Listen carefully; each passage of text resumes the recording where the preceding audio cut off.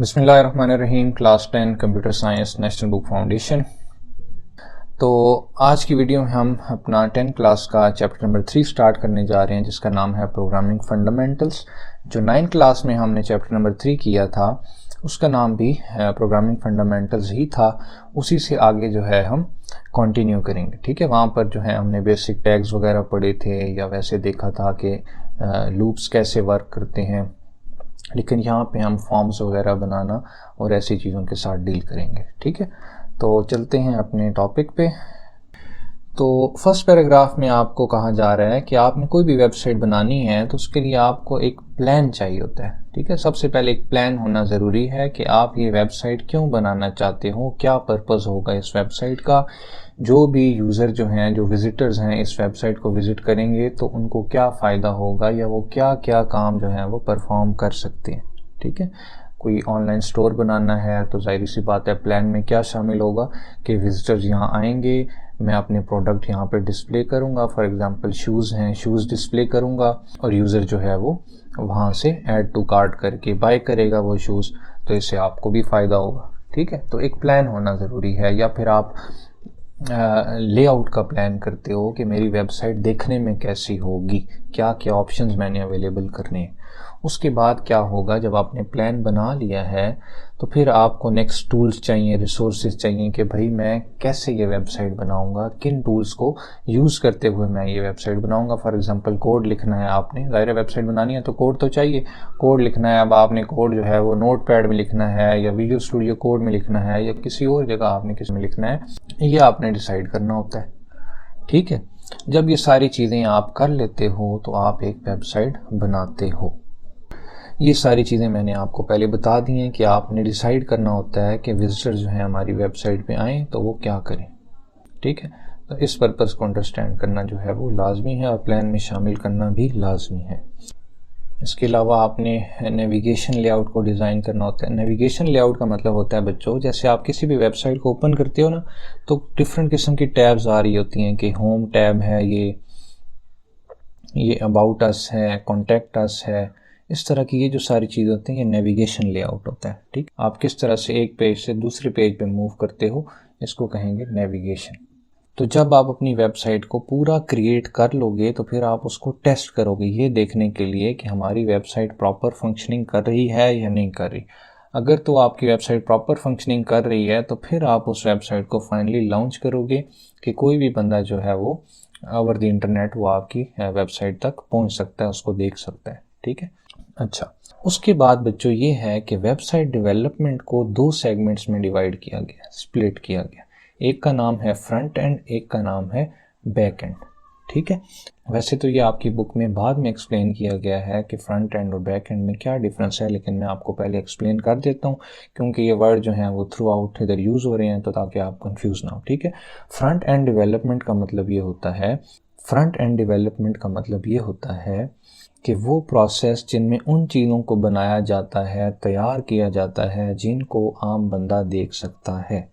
For example आप एक website पे विज़िट करते हो, इधर वेबसाइट पे जाते हो तो तमाम चीज़ें जिनको आप अपनी स्क्रीन पर देख सकते हो, डायरेक्ट इंटरेक्शन कर सकते हो, जैसे कि वो उसकी थीम है, कलर है, कोई प्रोडक्ट लिस्ट हुआ है वो है, या ऊपर होम टैब है, कॉन्टैक्ट अस हैं, जो भी चीज़ें हैं, टेक्स्ट है, लिंक्स लगे हुए हैं, वो सारी चीज़ें जो आप डायरेक्टली देख रहे हो उसको कहा जाता है कि ये क्या है, वेबसाइट का फ्रंट एंड है। ठीक है, और उस सारी चीज़ को बनाने का जो प्रोसेस है उसको कहते हैं फ्रंट एंड डेवलपमेंट।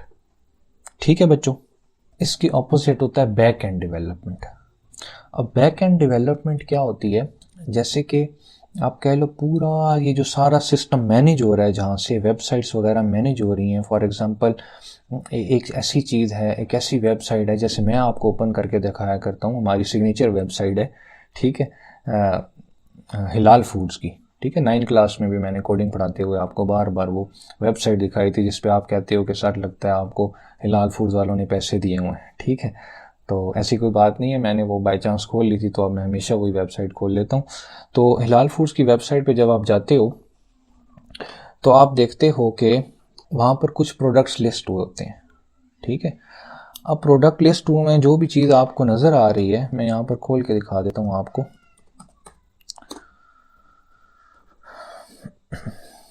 ये देखें, ये पूरी ये जो वेबसाइट है, ये है इसका फ्रंट एंड। ये जो भी ब्रांड है, कप केक है, जो भी आप खोलोगे, हम कहेंगे ये किसने तैयार किया, ये किसने बनाया सब कुछ, ये प्रोडक्ट किसने यहाँ डाला है, ये सब कुछ किसने लिखा है, ये एक फ्रंट एंड डेवलपर ने लिखा है, ठीक है।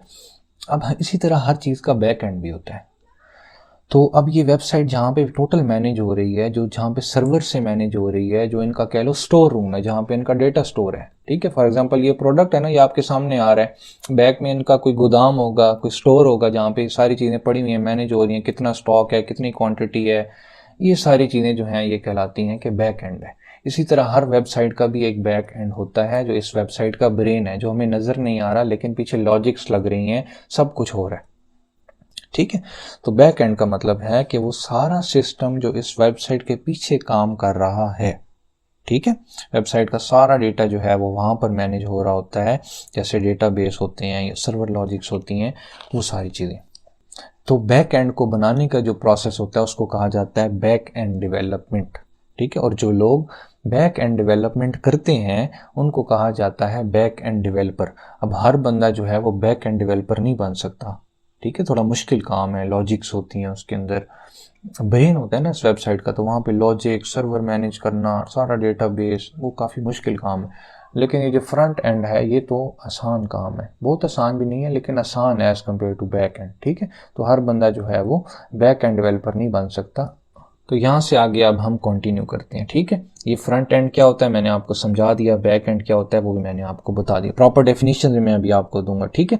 प्रॉपर डेफिनेशन भी इंशाल्लाह मैं यहाँ पर पेस्ट करता हूँ, आपके सामने नज़र आ जाएंगी नेक्स्ट। तो रीज़न क्या होती है कि इनको दो सेगमेंट्स में अलग अलग स्प्लिट किया जाता है, फ्रंट एंड और बैक एंड, वो इसलिए कि वेबसाइट को बनाना और फिर उसको मेंटेन करना आसान हो जाए, ठीक है। जब फ्रंट एंड और बैक एंड अलग अलग होंगे तो क्या होगा, वेबसाइट को बनाना और उसको मेंटेन करना, अगर फ्यूचर में अगर उसमें कोई प्रॉब्लम आती है तो पता चल जाएगा जी फ्रंट एंड में प्रॉब्लम आ रही है, तो फ्रंट एंड डेवलपर जो है उसको ठीक कर देगा।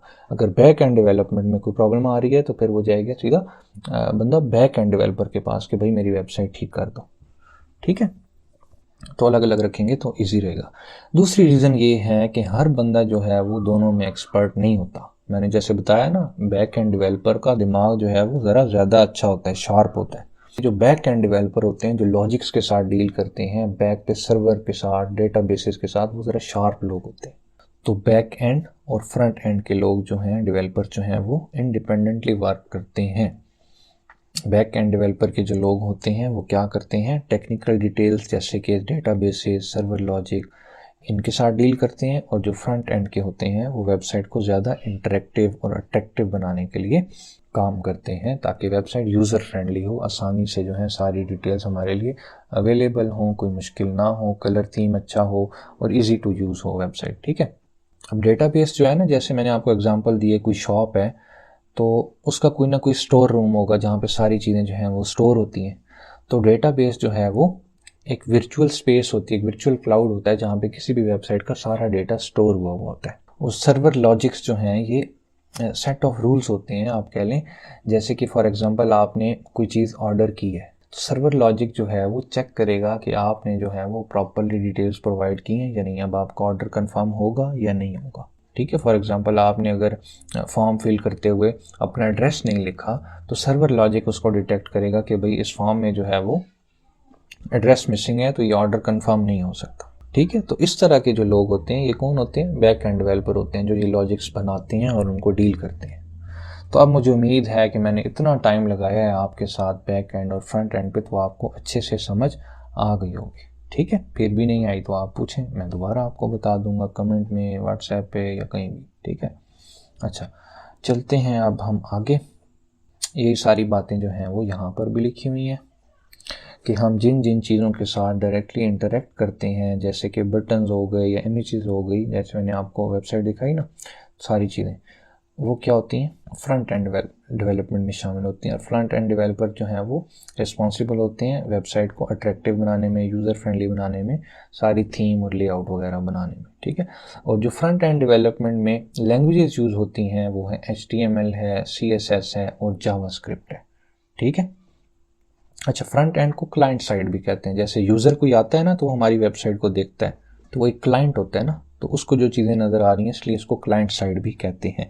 अच्छा, बैक एंड डेवलपमेंट जो है जहाँ पे सारे का सारा डेटा हमारा पड़ा हुआ होता है और डिस्प्ले होता है ऑन डिमांड बेसिस, कि जब हम कुछ डिमांड करते हैं तो वहाँ से वो ऑपरेट होके हमारी स्क्रीन तक हमें दिखाया जाता है, तो वहाँ पर असल में वो स्टोर हुआ है। ठीक है, तो डेटा जो है वो सर्वर्स पर पड़ा हुआ होता है। अच्छा, बैक एंड को हम सर्वर साइड भी कहते हैं। ठीक है, क्योंकि सर्वर से सारा कुछ ऑपरेट हो रहा है, डेटा वहाँ होता है, इसलिए इसको सर्वर साइड भी कहते हैं। उसको क्लाइंट साइड कहते थे फ्रंट एंड को।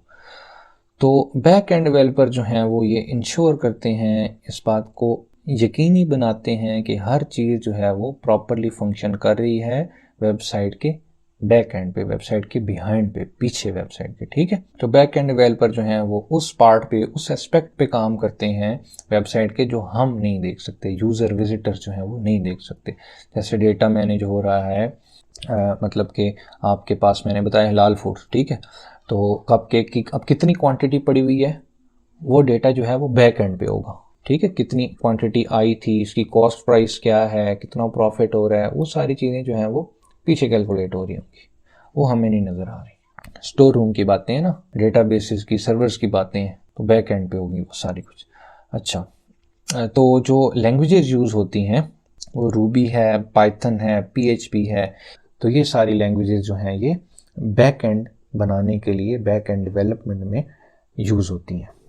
तो जब भी यूज़र जो है वो वेब पेज से इंटरेक्ट करता है तो फ्रंट एंड जो है, जो उसको नज़र आ रही होती है वहाँ पे, वो फॉर एग्जांपल कोई टास्क परफॉर्म करता है, कहीं क्लिक करता है, कुछ चीज़ डिमांड करता है, तो रिक्वेस्ट जाती है उसके बैक एंड पे वेबसाइट की। ठीक है, बैक एंड जो है वो उस प्रोसेस को रिक्वेस्ट करता है, डेटाबेस के साथ इंटरेक्ट करता है और हमारे लिए न्यू कंटेंट जनरेट करता है। ठीक है, जैसे कि फॉर एग्जांपल आपने एक वेबसाइट ओपन कर ली है, अब आपका इंटरनेट डिस्कनेक्ट हो गया, अब आप उसी वेबसाइट के ऊपर कहीं क्लिक करते हो, लिंक पे क्लिक करते हो या किसी प्रोडक्ट पे क्लिक करते हो, तो वो आपके पास ओपन नहीं होगा, क्योंकि आपका जो राब्ता था सर्वर के साथ, इंटरनेट के थ्रू, डेटाबेस के साथ, वो सारा क्या हो गया, ख़त्म हो गया। तो अब आपकी रिक्वेस्ट जो है वो फुलफिल नहीं होंगी। ठीक है, तो ये सारा कुछ इंटरनेट के थ्रू हो रहा है कि आप इंटरनेट कनेक्ट है, आप कहीं क्लिक करते हो तो वो एज अ रिक्वेस्ट जाता है बैक एंड पे। ठीक है, बैक एंड उसको प्रोसेस करता है, फिर डेटाबेस के साथ इंटरेक्शन करता है, उसको कहता है कि भाई इस बंदे को ये चीज़ डिस्प्ले कर दो। नेक्स्ट जो आपको कॉन्सेप्ट दिया गया है वो है वेबसाइट्स विद रिस्पॉन्सिव डिज़ाइन। तो मैं आपको आसान अल्फाज में बताता हूँ ये सारी बात कि यहाँ क्या लिखा हुआ है। ठीक है, अब देखो बच्चों, हर बंदे के पास जो डिवाइस होती है वो डिफरेंट होती है। कोई लैपटॉप यूज़ कर रहा होता है, कोई मोबाइल यूज़ कर रहा है, कोई टैबलेट यूज़ कर रहा है। ठीक है, हर एक की जो स्क्रीन का साइज़ है वो डिफरेंट है। तो जब आप एक वेबसाइट लैपटॉप पे ओपन करते हो तो इसका डिस्प्ले जो है वो बड़ा सा होता है और डिस्प्ले होता है। ठीक है, उसके जो मेन्यूज़ होते हैं वो खुल खुल के लिखे होते हैं, होम टैब कहीं होगी, कॉन्टैक्ट अस कहीं होगा। मैं फिर से आपको खोल के दिखाता हूँ। ठीक है, तो ये देखें, यहाँ पे ये वेबसाइट देखें इस तरह आ रही है, home, brand, about us, export, इस तरह का डिस्प्ले आ रहा है। ठीक है, लेकिन अगर आप यही वेबसाइट मोबाइल पर ओपन करोगे तो क्या होगा, इसकी जो डायमेंशन है, इसका जो साइज़ है वो मोबाइल की स्क्रीन के अकॉर्डिंग हो जाएगा। ये होम टैब जो हैं ये सारे जो हैं वो ऐसे 3 लाइनें यहाँ लगी होती हैं ना, उस पर क्लिक करते हो तो फिर ये सारी चीज़ें खुलती हैं। तो चीज़ें यही होती हैं, डेटा यही होता है, लेकिन उसका लेआउट बदल जाता है। तो ये वेबसाइट में ये खासियत होती है एक अच्छी वेबसाइट में जो रिस्पॉन्सिव डिज़ाइन के साथ बनाई जाती है कि वो यूज़र की स्क्रीन के साइज़ के हिसाब से अपने आप को अरेंज कर लेती है। ठीक है, अब यही बात यहाँ से पढ़ लें। ठीक है, कि ये वेबसाइट जो है ये अपने आप को एडजस्ट कर लेती हैं जो यूज़र स्क्रीन यूज़ कर रहा है उसके साइज़ के हिसाब से। ठीक है, लैपटॉप हैं, वो कोई भी चीज़ है, टैबलेट्स हैं, मोबाइल फ़ोन्स हैं, उनकी स्क्रीन के अकॉर्डिंगली जो वेबसाइट है वो अपना साइज़ को चेंज कर लेती है। तो उम्मीद है कि आपको ये बात भी समझ आ गई होगी।